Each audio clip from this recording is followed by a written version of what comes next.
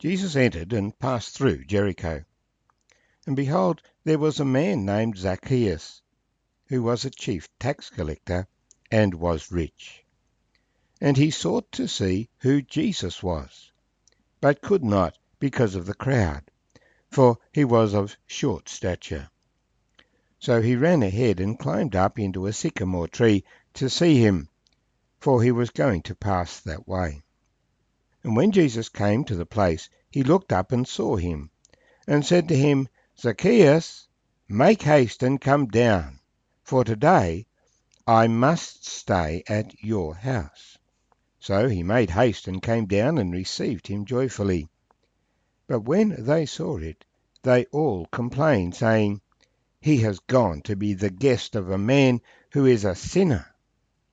Then Zacchaeus stood and said to the Lord, Look, Lord, I give half of my goods to the poor. And if I have taken anything from anyone by false accusation, I restore fourfold. Jesus said to him, Today salvation has come to this house, because he also is a son of Abraham. For the Son of Man has come to seek and to save that which was lost.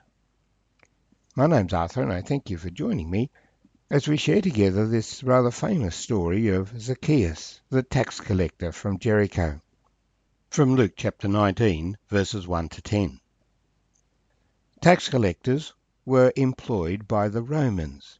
The Romans were hated because they were the occupying force. They taxed the people and the money went to Rome. Well, of course, some of the Romans used some of it for the well-being of the people, but basically they used it to fund the Roman wars in other places. And this man Zacchaeus was a chief tax collector. I understand there were 3 chief tax collectors in Israel, and he was one of them. So he organised the tax collectors. He wasn't actually in the front line so much as organising those who sat at the entrance to the gate, keeping an eye on everybody, so that if you came to town with some goods to sell and were going home without them, then hand over some of the money. You need to pay your taxes. Now, the Romans employed people who were rich, who were businessmen, in this role of tax collecting, and we're told that Zacchaeus was very rich. He received the taxes from the other tax collectors, and so he would take his commission. I believe it was all above board. There was a well-organised system. Nobody likes paying taxes, so nobody liked the tax agents, and nobody liked this chief tax collector. In fact, he was called a sinner, not because he was particularly bad. He was probably no worse than anybody else, as far as I can tell. But he wasn't a religious person. He wasn't like the Pharisees, who were standing on the street corner praying and going to the synagogue and doing all those religious things. This Zacchaeus had heard about Jesus, and he was intrigued at this person who was obviously having such a great influence, and yet evidently had not paid a cent of tax, at least in the time of his public ministry, because he was not working, he was not selling anything, he was just teaching the people. He wanted to see just who this Jesus was. But when he came near, nobody would let him get into the front row. It's not like he was a child who could squirm into the front row between the legs, but he was of short stature and he couldn't see over the crowd. But he was determined to see Jesus. So he ran ahead and he climbed up a tree, a sycamore tree, to see him. If you go to Jericho today, they'll tell you this is the sycamore tree. Whether it's the same one or not, I don't know. But the story remains in Jericho. He knew the path Jesus would take to leave the town on his way up to Jerusalem. But when Jesus came to the place, he didn't just walk past. He actually stopped under the tree where Zacchaeus was. Make haste and come down. Today I must stay at your house. Although that crowd was happy to see Jesus, Zacchaeus had made a special effort. and that special effort was rewarded. Jesus came that day. We all have opportunities to meet with Jesus, but do we take the opportunity and make sure that we grasp it, or do we let it pass by? Zacchaeus could have been too busy with a meeting with the tax collectors that day. The whole place would have been in turmoil with all the tourists passing through. But no, he made Jesus his priority that day. And it was rewarded. Jesus invited himself to lunch. Well, he was more than happy to have Jesus. It was his opportunity to see Jesus. And we find, although others were jealous and others were unhappy, and they complained about Jesus, well, Jesus' answer to that complaint was, the Son of Man has come to seek and to save that which was lost. He's looking for people who will recognize him and change their lives as a result. And he found one in Zacchaeus.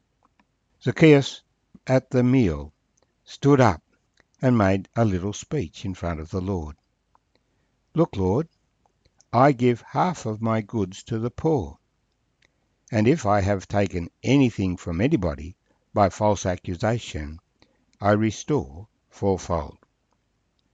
This is why I think Zacchaeus was basically an honest person. He didn't abuse his position to make himself rich, but he was very efficient at his job, a well-paid job, and he'd become rich.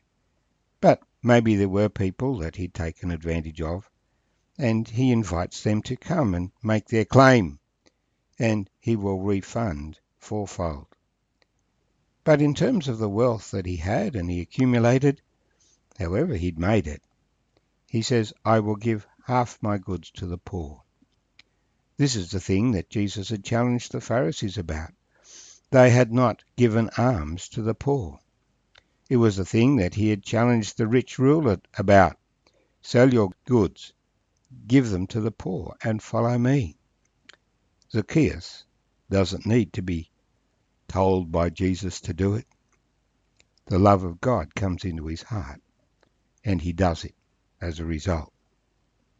And having made that public declaration and committing himself to that course of action, Jesus says, today salvation has come to this house, because he also is a son of Abraham. A son of Abraham is one who has faith, who will trust God. Your riches do not help you.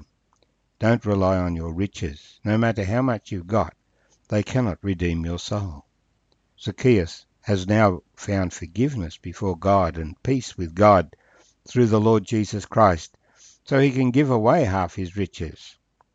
Give them to the poor, rather than living that independent life. For this is a continual struggle that we see in Jesus' ministry.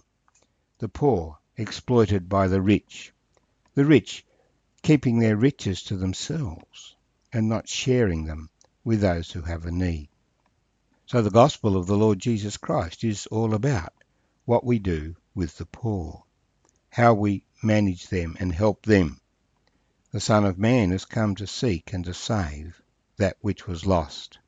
Jesus will save the poor, but he will also save the rich. He doesn't write anybody off, even this tax collector. In the previous chapter, a blind man had declared Jesus the son of David, the King of Israel. And the whole point of that title is that one day Israel will be independent of Rome. They will not pay taxes to Rome, a foreign power. They will again have their own king. Jesus will be their king. But Jesus does not hate the tax collector. Jesus comes to save him because he's a son of Abraham. He's a son of Abraham. Abraham believed God, and it was accounted to him for righteousness. Zacchaeus believed Jesus, and it was accounted to him for righteousness. The Son of Man has come to seek and to save that which was lost.